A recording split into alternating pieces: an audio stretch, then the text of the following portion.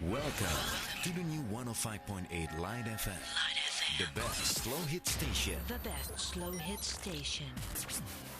From the 19th floor of Menara BTN, Jalan Gajah Mada number 1, Harmony Central, Jakarta. Phone number 6332-703. Fax number 634-2707. Short message service 0818-80-105A. Marketing Department 525-7892. or click www.litefmjakarta.com. The best slow hit station, 105.8 Light FM.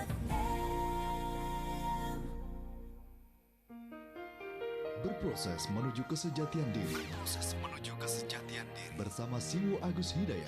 This is Light FM, the best slow hit station.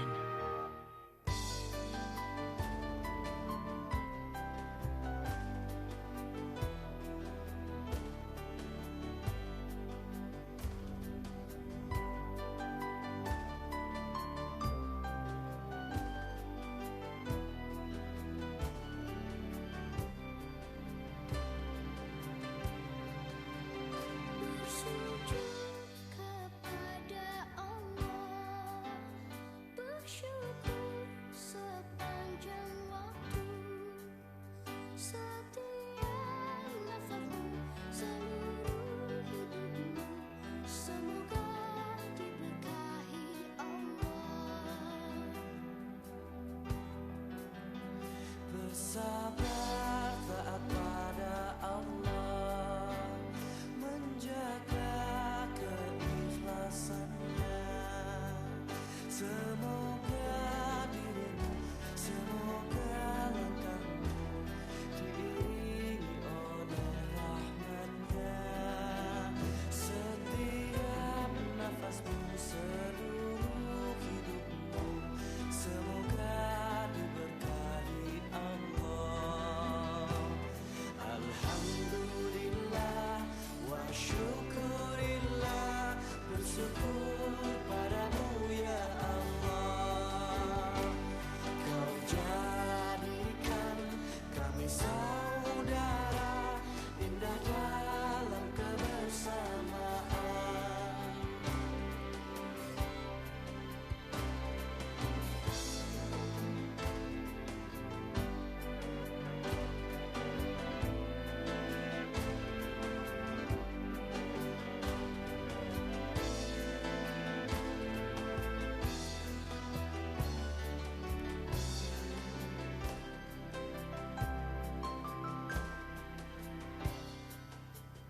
Bersujud kepada Allah, Bersyukur sepanjang waktu, setiap nafasmu, seluruh hidupmu, semoga diberkahi Allah.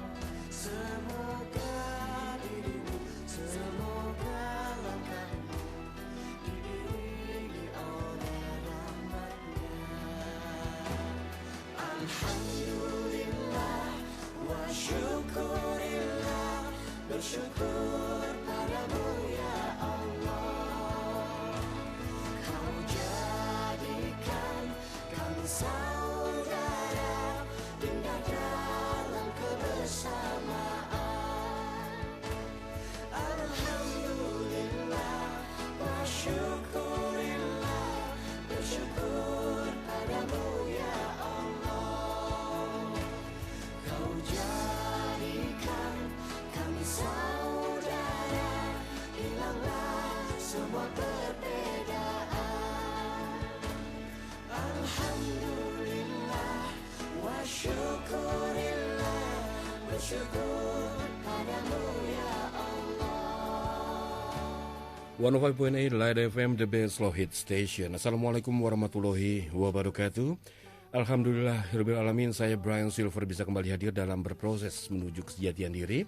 Dan seperti biasa, Light Audience, kita akan sharing bersama Siwo Agus Hidayat. Ya. Assalamualaikum Siwo. Waalaikumsalam warahmatullahi wabarakatuh. Gimana kabarnya Siwo? Alhamdulillah baik ya. Alhamdulillah. Iya sih, kita langsung saja buka telepon dan untuk light audience yang berada di Jakarta ataupun di luar kota Jakarta yang juga bisa streaming di www.lightfmjakarta.com. Silakan ya. Anda bisa menggunakan layanan streaming kami juga di Indovision channel ID 204 dimanapun Anda berada. Dengan menggunakan telepon kami di 6332705 atau juga Anda bisa coba mengirimkan SMS di SMS Light FM di 081 8801058. Baik, kita mulai terima penelpon yang pertama, silakan di 6332705. Assalamualaikum. Waalaikumsalam. Iya, dengan siapa ini? Dengan Rudi, Pak.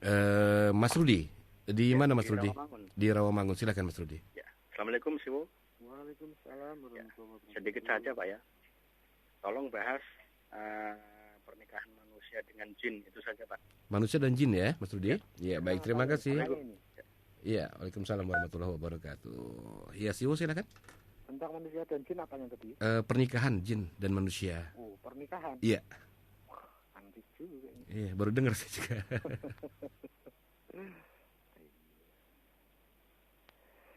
Ya. Ini dimulai dari pertanyaan yang cukup antik. Tapi terima kasih deh. Saya ambil ya, Mas Brian Sam. Monggo Siwo apa tadi namanya? Lupa saya. Dua katrok. Monggo Siwo. Light audience. Seluruhnya, Assalamualaikum warahmatullahi wabarakatuh. Waalaikumsalam warahmatullahi. Bismillahirrahmanirrahim. Walhamdulillahirabbil alamin. Wassallallahu ala Muhammadin wa alihi tahirin. Wala haula wala quwata illa billahil aliyyil azim. Kita ketemu lagi. Kita sharing lagi. Semoga kita dipersaudarakan di dalam selalu berproses menuju ke sejatian diri dalam rangka menyempurnakan diri melalui penghambaan kita kepada Allah ilahi rabbi.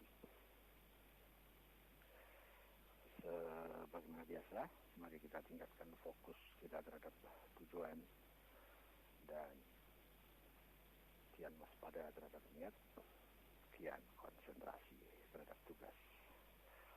Taatilah kebenaran yang sudah dipahami saat ini sambil mencari kebenaran yang lebih tinggi, kemudian berproses berpindah kepada kebenaran yang lebih bermutu dan lebih tinggi itu. Begitu seterusnya sampai kita semakin mendekati kebenaran yang hakiki. Demikian juga dalam rangka menapaki jalan keguruan, karena guru merupakan sumber informasi yang sangat penting. Mari kita taati guru kebenaran yang kita pahami saat ini sambil terus berproses mencari guru yang lebih bermutu dan lebih tinggi. Dan manakala kita mendapatkan sumber informasi apalagi guru yang lebih tinggi itu, mari kita berani berproses berpindah menaikkan lagi mutu diri kita, berpindah kepada guru yang lebih tinggi dan seterusnya, sehingga kita semakin terdekatkan kepada guru-guru kebenaran.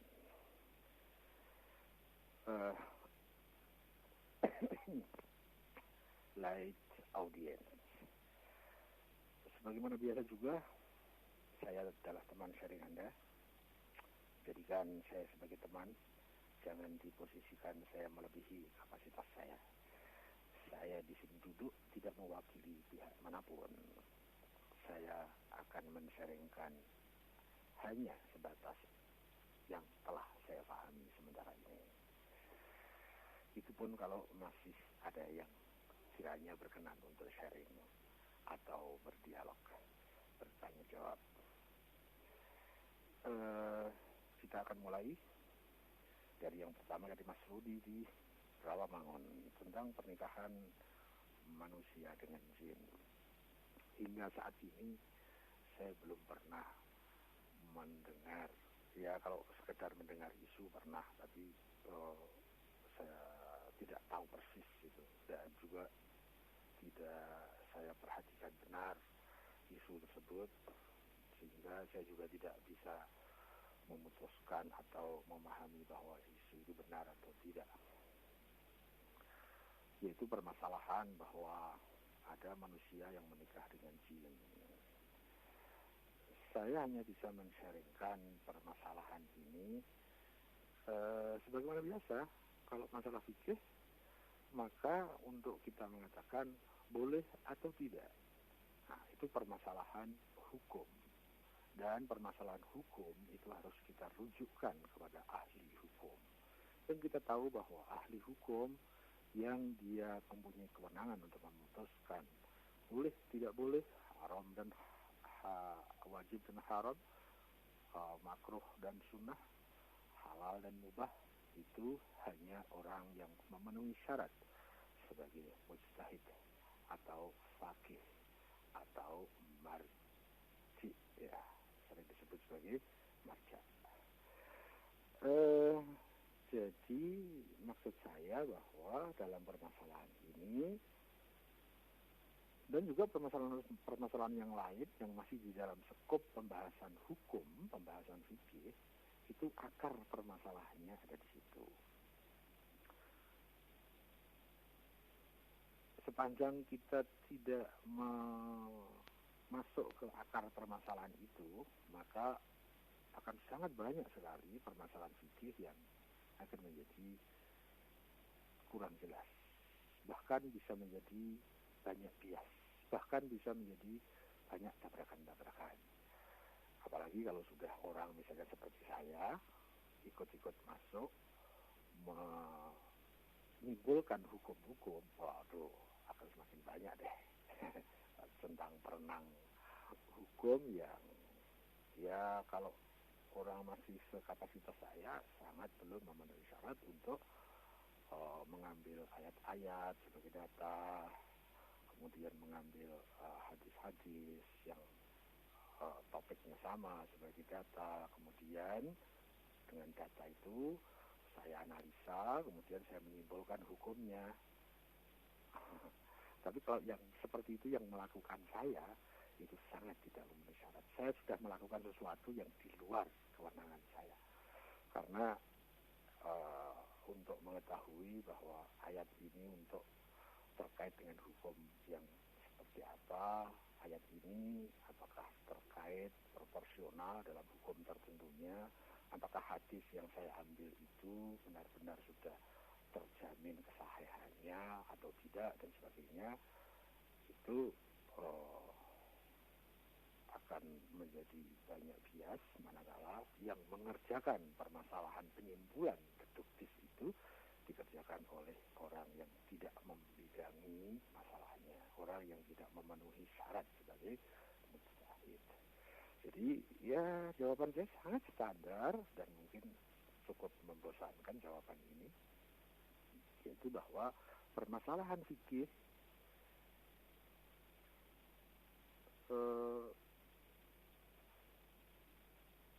kayaknya akan semakin bisa tertib kalau kita merujuknya kepada orang yang berwenang, yaitu kepada mujtahid.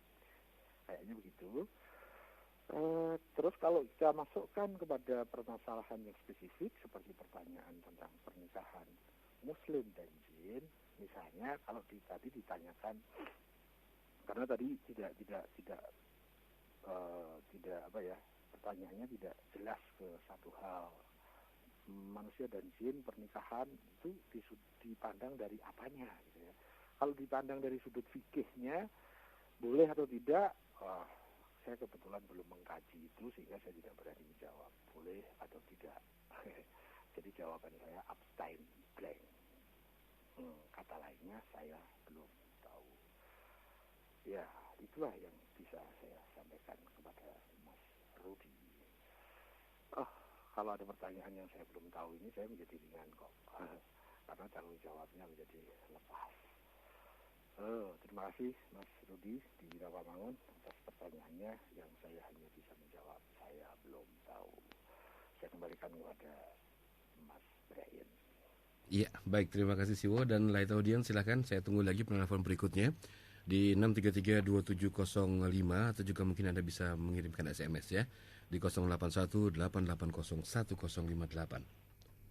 Assalamualaikum. Waalaikumsalam. Iya, dengan siapa ini? Saya Ari di Pondok Gede. Dengan Mbak Ari, silakan Mbak Ari. Iya, Siwo, waktu itu kan saya pernah tanya soal takdir. Halo, suaranya kecil. Kecil Mbak Ari, waktu itu bisa agak pernah- besar. Halo. Iya, gimana? Ya, saya waktu itu pernah tanya Siwo soal takdir. Nah, sekarang saya mau tanya soal, kan ada apa namanya, hadis atau apa ya, kalau bukan ayat, kalau yang buruk itu datangnya dari kita, yang baik datangnya dari Allah.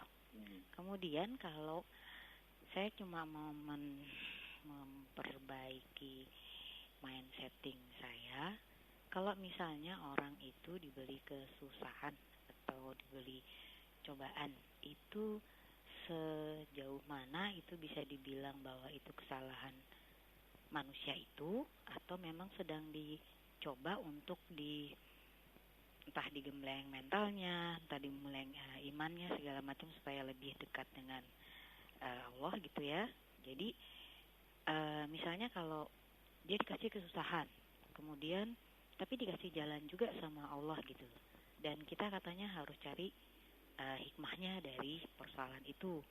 Tapi kalau saya lihat misalnya orang itu, misalnya ada manusia yang melakukan hal itu kesalahan terus-menerus, tapi tidak berusaha diperbaiki, tapi dipikir bahwa itu kan sudah jalannya, dan setelah dapat kesusahan itu ternyata dia dapat hikmahnya atau diberi juga kemudahan yang lain.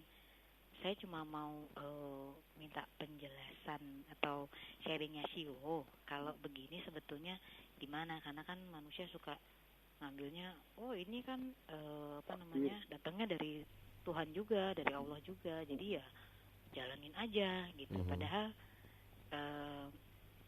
saya cuma takut bersuuzon jadinya kalau kayak gitu, dan atau mungkin melegalkan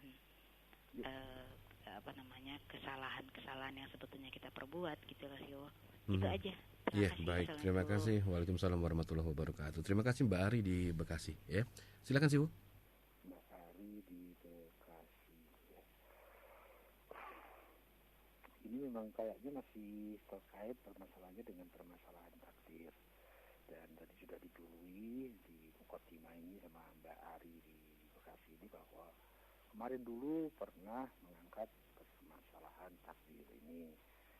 Nah, kemudian kayaknya sekarang dikaitkan kepada hal-hal tertentu yang mungkin ya mudah-mudahan ada manfaatnya kita sharingkan.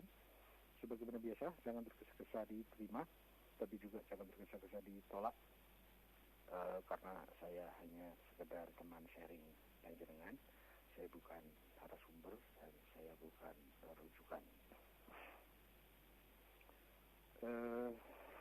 Tadi kalau diawali dengan satu kalimat bahwa yang baik itu dari Allah, yang buruk itu dari manusia. Kayaknya logika mudahnya begini. Allah itu maha baik, maha benar, maha bijak, maha adil. Sementara manusia itu ada kemungkinannya untuk benar, ada juga kemungkinan untuk salah. Ada kemungkinannya untuk adil, ada kemungkinannya untuk tidak adil. Itu ada di daerah manusia. Tetapi kalau kita tujukan kepada Allah, Allah mustahil melakukan ketidakadilan, Allah mustahil melakukan kesalahan, Allah mustahil melakukan keburukan. Nah, dari logika itu saja, ya bagus deh kalau kita mau mengkaji lebih jauh terkait dengan ayat-ayat itu.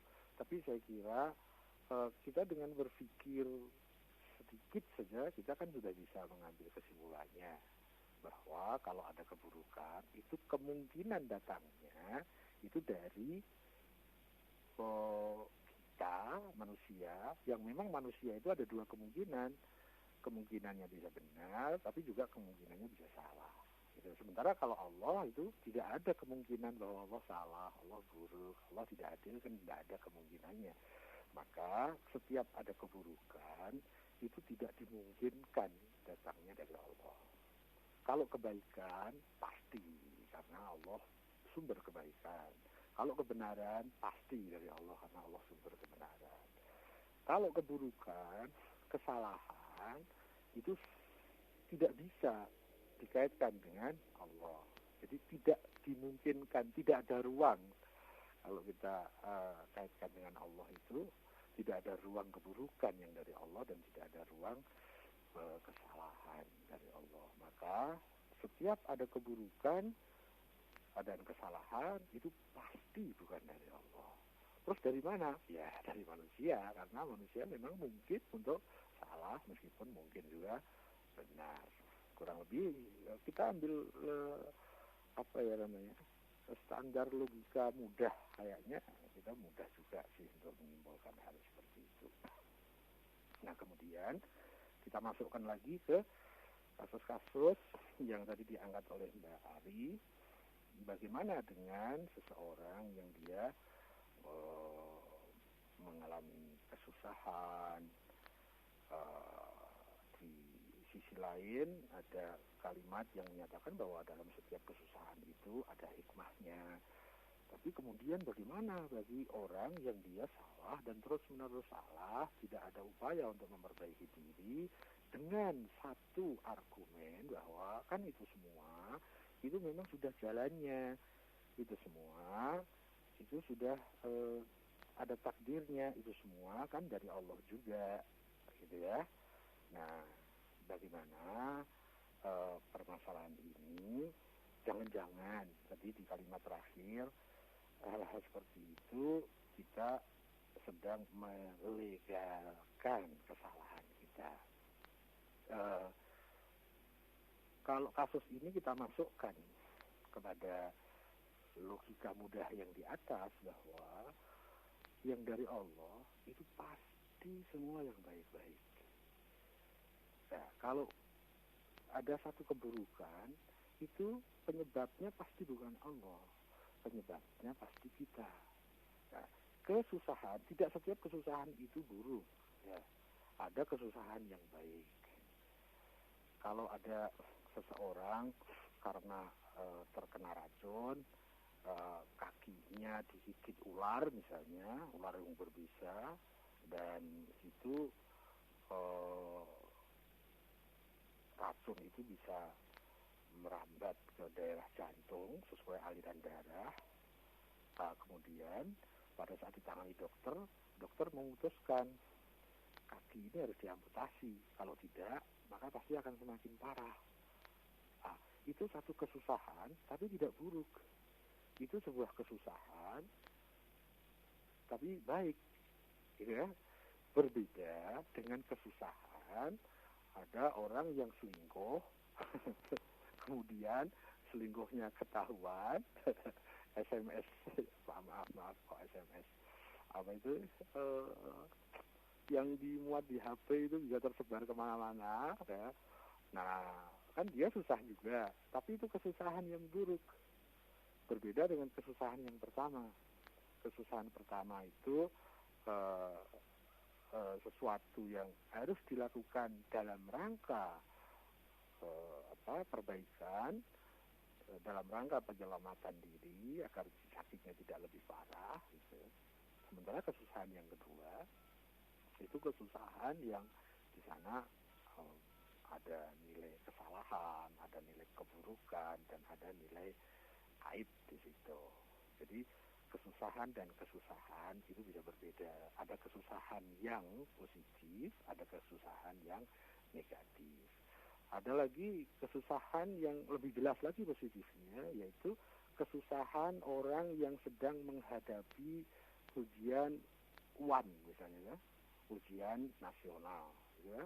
Orang mengalami di situ ada kesusahan-kesusahan, apalagi bagi orang yang konsistensi belajarnya kurang stabil, sehingga pada saat mau menghadapi UAN menjadi gelisah sekali. Tapi itu adalah kegelisahan yang positif, karena kegelisahan dalam rangka menghadapi sesuatu yang positif.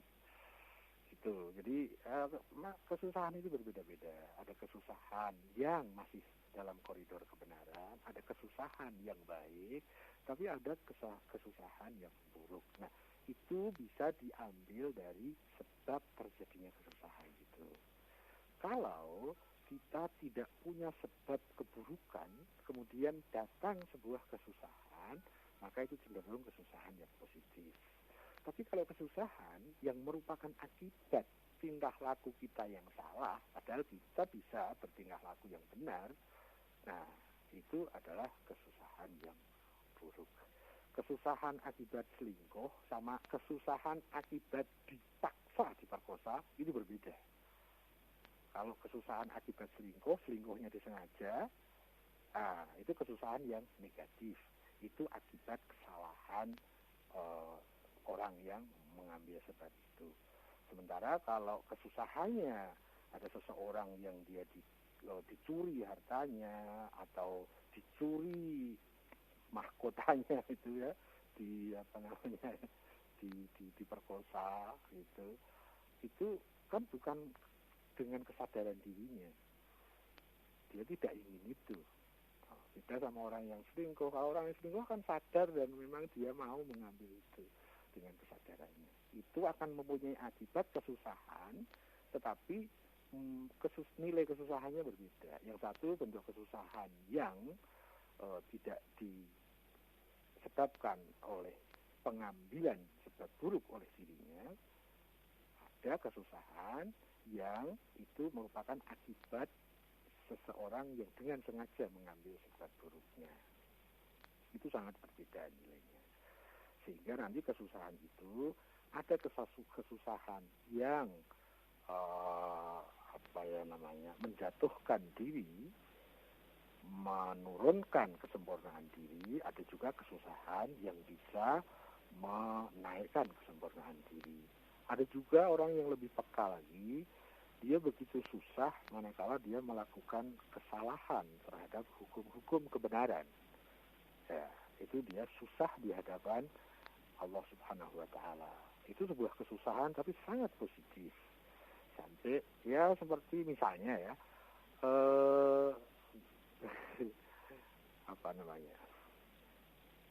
salah satu refleksi dari kesusahan itu misalnya menangis misalnya.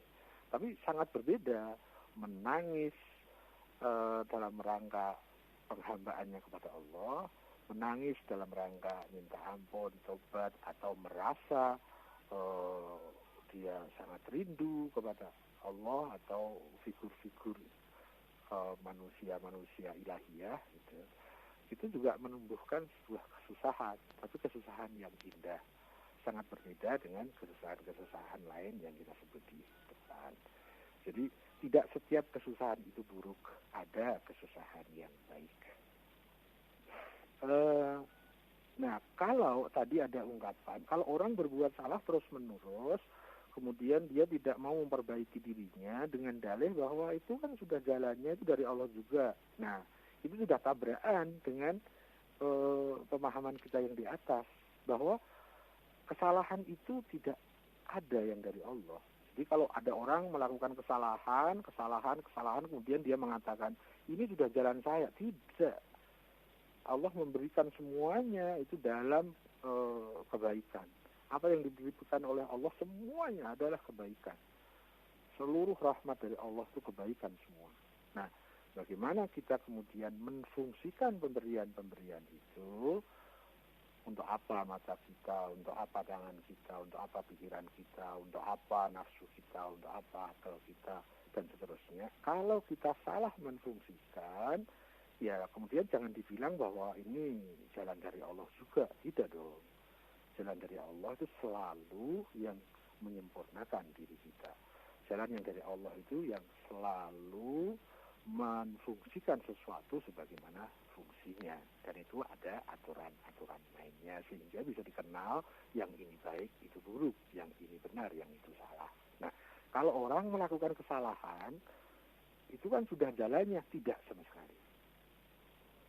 Orang memang diberi kebebasan Tetapi kebebasan itu bisa digunakan untuk kebenaran dan bisa juga untuk keburukan. Nah, yang mengambil kebebasan ini untuk saya pakai ke arah baik atau buruk, itu ya kita. Jangan kemudian kita yang memutuskan untuk salah, kemudian kita mengatakan, ini kan dari Allah juga. Tidak dong. Itu kan dari kebebasan kita. Justru karena kita diberi kebebasan itulah maka kita dimintai pertanggungjawabannya dan pasti ada akibat logisnya sesuai hukum yang sudah didekretkan oleh Allah Subhanahu wa taala. Kalau kita mengambil sebab baik, kita akan punya akibat baik. Kalau orang mengambil sebab buruk, dia akan mendapatkan akibat buruknya. Sebuah akibat logis yang ada di situ. Nah, kalimat yang terakhir tadi bahwa jangan-jangan hal seperti ini itu melegalkan kesalahan kita. Kayaknya iya sih. Karena tidak bisa kita kemudian menghubungkan kalau saya punya kesalahan ini jalan dari Allah juga tidak. Kita diberi panduan hidup, kita diberi agama, kita diberi figur-figur kebenaran, kita diberi teladan. Itu dalam rangka agar kita menjadi baik.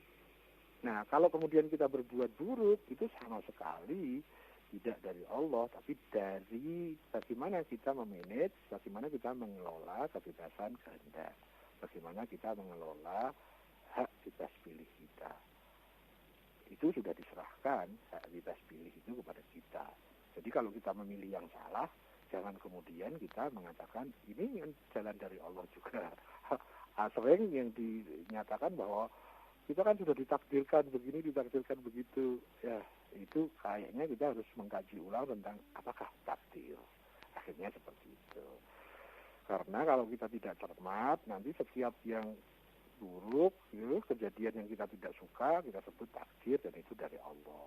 Tapi setiap kita mendapatkan sesuatu yang kita suka dan itu berkaitan dengan prestasi kita akan mengatakan itu perjuangan saya. Kalau saya gagal, dari Allah. Kalau saya berhasil, itulah perjuangan saya. Ya kan jadi nggak lucu deh. Kalau baik saya, kalau buruk dilemparkan kepada Allah. Kan Allah jadi tempat keburukan nanti. Ya, kayaknya kita harus lebih hati-hati di dalam memahami tentang takdir ini. Kayaknya seperti itu yang bisa saya sharingkan kepada Mbak Ari di Bekasi. Saya kembali kepada komandan. Moga Mas Brian Sam. Baik, terima kasih Siwo dan juga untuk Brian Silver.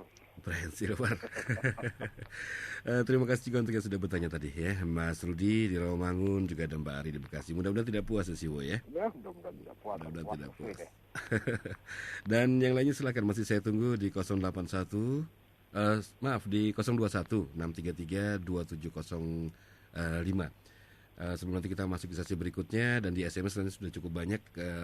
Mohon maaf tidak semua SMS bisa kami bacakan nanti ya. Kita juga coba terima telepon dulu deh terlebih dahulu. Assalamualaikum. Salam. Dengan siapa ini Mas? Dari Cecep di Purwakarta. Mas Cecep di Purwakarta, ya. Silakan. Saya mau tanya sama Siwo nih. Menurut Siwo, apa yang dimaksud dengan sesat? Apa? Sesat ya? Sesat ya. Oke, hanya itu aja Mas Cecep. Yang kedua, terkait dengan konflik internal ini nih. Apa ini? Konflik internal bangsa kita maksudnya? Terkait dengan agama Islam ya. Agama Islam. Yang tepat bilang sesat itu siapa? Iya. Ya. Baik, terima kasih. Terima kasih sebelumnya Mas Imam, selamat bertugas. Iya, baik, terima kasih. Waalaikumsalam warahmatullahi wabarakatuh. Bisa terdengar yang kedua ya Siwo? Ya. Mengenai konflik yang terjadi di tubuh Islam. Saya tidak salah memahami pertanyaannya. Baik, terima kasih. Silahkan Siwo. Iya Mas Ben. Mas Cecep di Purwokerto. Beliau mengangkat sebuah topik yang masih sangat hangat ini. Apakah yang dimaksud sesat? Sesat. Saya pernah belajar tentang tafsir dari surat Al-Fatihah di ayat yang terakhir. Itu di sana ada pembahasan-pembahasan. Saya tidak sedang menafsiri ayat itu ya. Saya sedang mengeluarkan simpanan memori saya dari hasil pembelajaran saya antara lain terhadap tafsir terhadap ayat itu. Jadi kalau nanti ada pemahaman saya yang salah, itu yang salah pemahaman saya ya, bukan ayatnya. Mungkin pemahaman saya masih jauh dari apa yang dimaksudkan oleh ayat itu. Kan begitu kan, kemampuan saya kan hanya men-sharingkan apa yang saya pahami sementara ini, yang bisa jadi saya revisi di kemudian hari, atau mungkin dibantu sama teman-teman agar saya lebih cepat lagi untuk bisa berproses. Di sana disebutkan paling tidak beginilah, ada pemahaman-pemahaman yang mampir di dalam diri saya dari pelajaran tafsir ayat terakhir dari surat Al-Fatihah itu. Di sana disebut ada istilah ghairil maghdubi alaihim waladdallin. Jadi ada yang maghdub itu digodop, jadi dimarahi. Dan ada dol itu di dalam terjemahan bebas yang sering saya dapati dari bahasa Indonesia diterjemahkan menjadi sesat. Nah, jadi ada jalan yang dia itu dimarahi, jadi bukan saja tidak disukai karena sangat bertentangan dengan kebenaran itu. Ada yang dimarahi, ada yang sesat. Nah, itu berbeda. Sepanjang yang saya pahami bahwa ada orang sesat itu dibagi dua. Sesat karena disengaja atau sesat karena tersesat. Kalau tersesat itu dia sedang menuju satu tujuan tapi dia salah jalan. Itu disebut sebagai tersesat. Jadi misalnya ada orang mau ke Ramako itu ya, tapi mungkin karena data-data tentang peta untuk menuju ke Ramako itu mungkin kurang jelas, atau karena dapat informasi yang keliru sehingga maunya ke Ramako tapi dia tersesat malah sampai ke Ancol misalnya gitu. Nah, itu tersesat. Jadi ada unsur dia menuju satu tujuan tapi belum sampai ke tujuan itu karena dia terbelok ke arah yang tidak searah dengan tujuan. Itu disebut tersesat. Ada yang sengaja menyesatkan diri. Memang dia tidak mau ke tujuan itu. Dia menetapkan tujuan sendiri yang lain. Nah, itu berarti ada unsur kesengajaan. Jadi sesat itu dibagi dua. Ada orang yang tersesat. Nah, itu kalau dia masih dalam rangka berproses, kalau dia tersesat, dia taunya ini benar, gitu kan. Sepanjang kemampuan dia berpikir, sepanjang kemampuan dia itu bercermat-cermat untuk menyimpulkan, kemudian kita memahami inilah kebenaran. Misalnya seperti saya sekarang ini ya, saya punya keyakinan-keyakinan, kesimpulan-kesimpulan yang menurut saya benar sekarang ini. Tapi belum tentu, bisa jadi saya masih sedang tersesat. Meskipun saya punya tujuan, tujuannya ya sumber kebahagiaan, sumber kebenaran. Tapi mungkin karena kelemahan saya, ikhtiar saya yang kurang serius, atau saya kurang tulus, atau saya dapat informasi yang tidak relevan sehingga mempengaruhi kesimpulan saya. Atau sumber informasinya itu sebetulnya sudah tepat, tapi cara penyimpulan dan penyerapan saya itu kurang proporsional sehingga saya salah memahami. Nah, sehingga membuat saya, meskipun saya yakin dengan kebenaran saya saat ini, tapi masih sangat mungkin bahwa saya ini sedang tersesat. Sangat mungkin. Nah, itu sesuatu yang tidak kita sengaja. Ada orang yang sudah tahu bahwa tujuannya ke sana, jalannya ini, tapi dia sengaja tidak mau ke tujuan itu, dan dia dengan sengaja membelokkan jalan ke arah tujuan itu. Nah, itu namanya dia sengaja menyesatkan dirinya. Itu berbeda. Jadi antara sesat dan tersesat itu berbeda. Kalau orang yang tersesat, dia butuh diberi satu informasi yang benar. Jadi kalau orang mau ke misalnya itu orang dari Cirebon mau ke Jakarta, mau ke Ramako, tapi dia malah sampainya ke Ancol karena dia salah arah, karena dia tidak tahu. Dia tahunya itu dia melakukan ya ini peta rutenya ya ini, tapi ternyata dia tersesat. Nah, orang yang seperti itu dia butuh pembinaan, butuh butuh sharing, dia butuh adanya informasi yang lebih tepat, butuh adanya argumentasi, hujah-hujah yang lebih akurat, sehingga dia bisa membandingkan, oh ya berarti saya kemarin salah tanpa saya sengaja. Kayaknya gitu. Beda dengan orang yang memang sengaja menyimpangkan jalan hidupnya dari tujuan yang semestinya, dan dia tahu tujuan itu mestinya ke sana, tapi dia tidak mau. Mungkin dia karena obsesi egoismenya terlalu besar, atau mungkin dia punya obsesi-obsesi yang sebegitu besar sehingga keinginan dirinya mengalahkan keinginan yang semestinya. Itu sesat. Tapi kalau jalan yang maghbub, jalan yang dimarahi oleh Allah, itu tidak terbagi dua, satu saja, itu buruk gitu ya. Ya itu menunjukkan bahwa dia sampai istilahnya itu digodop sama Allah. Jadi ya mungkin kalau bahasa Jawa, dulu saya belajar tafsir dari bahasa Jawa itu namanya dibendu. Dibendu. Ya walhasil itu buruk gitulah. Itu yang kesimpulan saya. Jadi ada dua. Kalau tadi ditanyakan apakah sesat? Sesat adalah orang yang sudah tahu tujuan dan sudah tahu jalan menuju tujuan itu. Tapi memang dia sengaja tidak mau menuju tujuan itu, dan dia mengambil jalan yang tidak sesuai dengan jalan yang semestinya. Nah, itu orang yang sesat. Gitu. Nah, kalau ini dikaitkan kepada masalah agama, ini menjadi masalah yang tidak mudah. Karena kita sulit untuk membedakan orang ini sedang tersesat atau memang sesat. Nah, kemudian kalau kelanjutannya siapakah yang paling tepat atau yang proporsional seseorang yang mengatakan sesuatu itu sesat? Itu menurut yang saya tahu syaratnya satu saja, yaitu orang yang mengatakan itu harus sudah terjamin dia dalam jalan yang benar.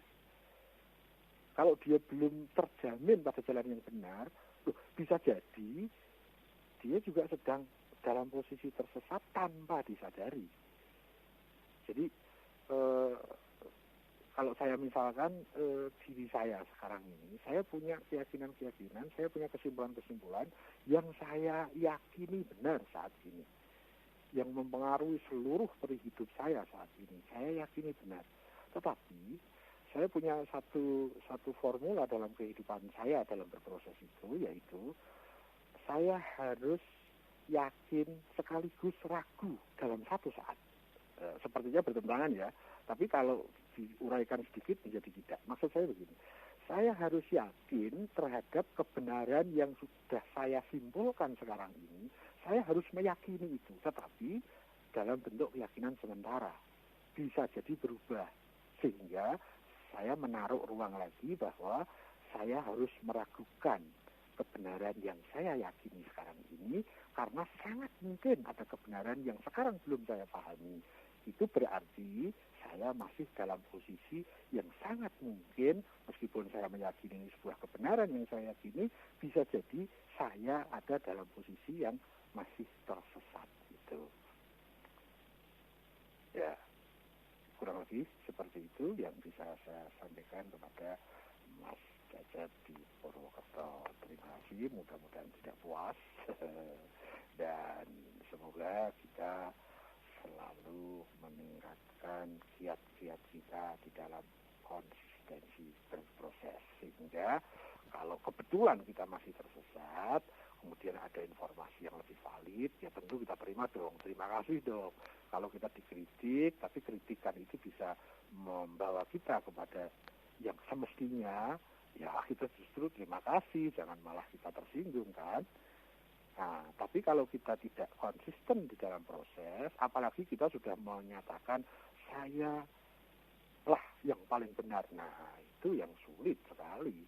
Karena saya pernah ada kondisi yang seperti itu sehingga betul-betul saya menutup diri dari informasi dari manapun, kecuali dari informasi-informasi yang sepaham atau dari kalangan sendiri, istilahnya mungkin begitu. Kalau begitu, Mas Cecep, nah saya kembali dulu ke Mas Brian. Iya, baik, terima kasih. Kita punya waktu mungkin satu menelpon terakhir sih, silakan di 633-2705. Silakan, saya tunggu. Iya, baik, terputus rupanya. Silakan di 633-2705. Dan nanti setelah ini kita masih punya sesi berikutnya, ya. Kita masih ada yang terputus, ada yang sengaja memutus. Oh, begitu. Ya, kita kan nggak tahu. Iya, betul. Sengaja memutus atau karena terputus. Atau yang tersesat. Iya, baik. Assalamualaikum. Waalaikumsalam. Iya, dengan siapa ini? Dari Heri di Gunung. Bisa agak sedikit keras suaranya, Mas Heri. Iya, Mas Heri di mana? Gunung Putri. Gunung Putri, silakan Mas Heri. Assalamualaikum Mas Iwo. Waalaikumsalam warahmatullahi wabarakatuh. Saya cuma mau nanya. Suaranya kecil. Mungkin bisa disambungkan sama Mas Brem. Tolong Mas Brem ya. Iya, nanti saya sampaikan. Silakan Mas Heri. Mas Brem. Saya mau nanya, bagaimana cara menghadirkan Allah dalam kehidupan kita? Iya, baik. Agar itu saja. Setiap langkah kita tuh dibimbing. Oke, baik. Terima kasih Mas Heri. Ya, waalaikumsalam warahmatullahi wabarakatuh. Ini pertanyaannya simpel sih, cuma jawabannya panjang katanya. Bagaimana cara menghadirkan Allah ke dalam kehidupan kita agar langkah hidup kita dibimbing oleh Allah Subhanahu Wa Taala? Cara menghadirkan Allah dalam kehidupan kita agar tentunya langkah kita selalu bisa diawasi atau juga mungkin diberkahi oleh Allah Subhanahu Wa Taala.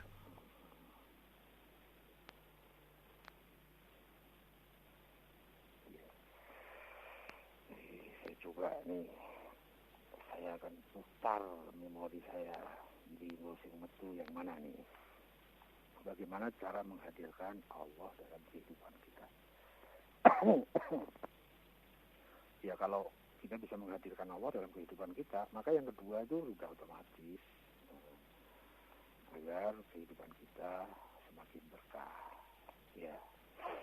Yang kedua itu hanya merupakan akibat dari yang pertama. Yang kedua tidak akan bisa kita dapat kalau yang pertama tidak kita ambil. Bagaimana cara menghadirkan Allah dalam kehidupan kita, dalam aktivitas-aktivitas kita? Saya akan mencoba dari yang paling dasar, menghadirkan Allah dalam kehidupan kita. Pada saat kita melakukan sesuatu dan kita menata niat kita bahwa saya melakukan sesuatu ini bukan semata-mata atas kehendak saya, ataupun kalau ini kehendak saya tapi tidak bertentangan dengan kehendak Allah. Jadi kalau mau melakukan sesuatu, dia selalu bertanya kepada Allah, apakah Allah juga menghendaki ini apa tidak ya? Itu salah satu contoh menghadirkan Allah. Jadi dalam setiap kita memanage kehendak bebas ini, kita perlu merujukkan dulu apakah kehendak saya ini sesuai dengan yang dikehendaki oleh Allah. Nah, kehendak Allah yang mana? Kehendak Allah adalah yang tertuang di dalam aturan-aturan nilai kebenaran yang sudah diajarkan oleh para wakilnya. Nah, dari situ kita bisa mengetahui, oh Allah punya kehendak begini, Allah punya kehendak begitu, yang ini tidak dikehendaki oleh Allah, yang tidak dikehendaki Allah nanti disebut sebagai sesuatu yang tidak baik, disebut itu haram, dan seterusnya. Nah, yang dikehendaki oleh Allah agar kita ambil yang kemudian dirumuskan di dalam hukum disebut sebagai wajib. Karena sangat pentingnya permasalahan itu, sampai Allah menghendaki itu hukumnya wajib. Jadi hukumnya wajib itu dalam rangka untuk memberikan dorongan kuat kepada kita, agar kita mengambil kewajiban itu untuk menyempurnakan. Nah, ada sesuatu yang dia mungkin manfaat di hal-hal yang lain, tapi tidak relevan kalau kita yang mengambil. Misalnya contohnya babi, kenapa dia haram misalnya. Dia dalam ekosistemnya itu sangat dibutuhkan, tetapi tidak relevan untuk dimakan oleh manusia, sehingga dihukumi sebagai haram. Gitu ya. Kenapa kok dihukumi sebagai haram? Karena itu akan ada akibat yang tidak ringan, yang bisa menghambat proses kesempurnaan kita. Demikian juga dengan hal-hal lain yang termasuk kepada hukum-hukum. Jadi semua yang wajib itu dikehendaki oleh Allah. Semua yang haram itu tidak dikehendaki oleh Allah. Nah, langkah yang mudah untuk kita menghadirkan Allah dalam kehidupan kita, mari kita selalu bertanya, ini wajib atau tidak? Kehendak saya ini bersesuaian apa tidak dengan kehendak Allah? Kalau bersesuaian dengan kehendak Allah, pasti akan mendatangkan akibat-akibat yang baik. Kalau kemudian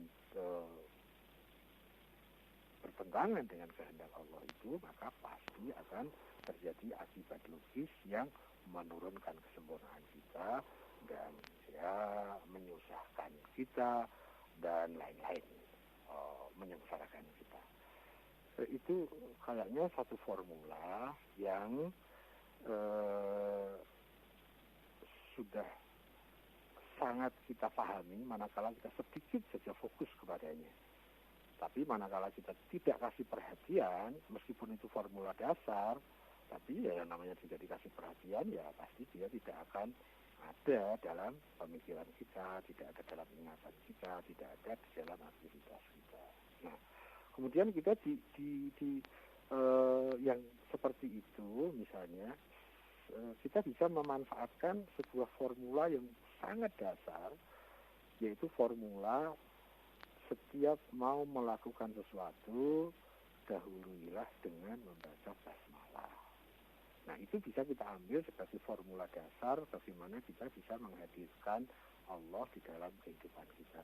Jadi setiap ingin melakukan sesuatu, coba kita ambil formula itu, kemudian kita ucapkan kalimatnya, Bismillahirrahmanirrahim, kemudian kita masukkan memori pemahamannya bahwa Bismillah itu paling tidak yang saya pahami mengandung makna bahwa saya melakukan ini itu Bismillah, dengan asma Allah, bukan semata-mata demi apa-apa, tidak, bukan demi hasil, bukan demi orang, bukan demi suami, bukan demi istri, bukan demi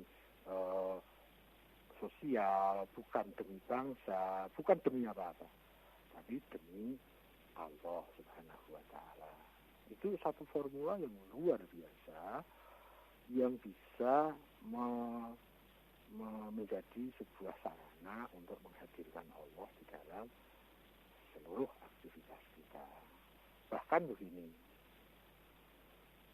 pada saat kita mau berbuat salah, coba ulangi tadi. Kita ambil formula, kita ucapkan kalimat formula itu, Bismillahirrahmanirrahim. Kemudian kita masukkan pemahamannya. Saya melakukan ini dengan asma Allah yang Ar-Rahman dan Ar-Rahim. Itu kayaknya orang kalau mau berbuat buruk, itu direm oleh formula itu. Nah, masalahnya, apakah kita kayaknya tidak mudah, ya meskipun ngomongnya gampang, tapi pelaksanaannya tidak mudah untuk menerapkan formula itu dalam setiap aktivitas kita.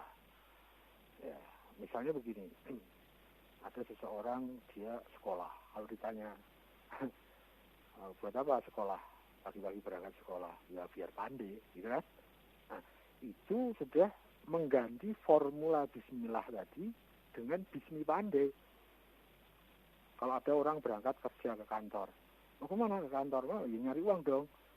Jadi ke kantornya itu bisnis rupiah, bukan bismillah. Misalnya seperti itu. Kalau seseorang kampanye politik, ya ini hampir pemilu lagi ini, misalnya kampanye buat apa? Ya untuk memenangkan ini demi kesejahteraan bangsa misalnya. Ya, berarti itu bisnis bangsa, bukan bismillah. Jadi yang hadir di dalam aktivitas itu berarti ada pande, ada uang, ada bangsa, gitu ya. Nah, kita diberi satu formula yang luar biasa. Kalau ingin melakukan aktivitas apapun, dahuluilah, mulailah dengan bismillah. Ya, tapi mudah-mudahan tidak sekedar kalimatnya dan tidak sekedar simbol yang tanpa makna. Kalau kita ambil simbol itu, kemudian kita masukkan pemahamannya, itu semua akan tercakup. Kalau seseorang sudah melakukan dengan bismillah yang maha rahman, yang maha rahim, maka kayaknya kekerasan juga menjadi tidak ada. Orang mau berbuat kekerasan ya malu dong. Orang dia mengatakan, ini saya lakukan demi Allah yang maha rahman, maha rahim.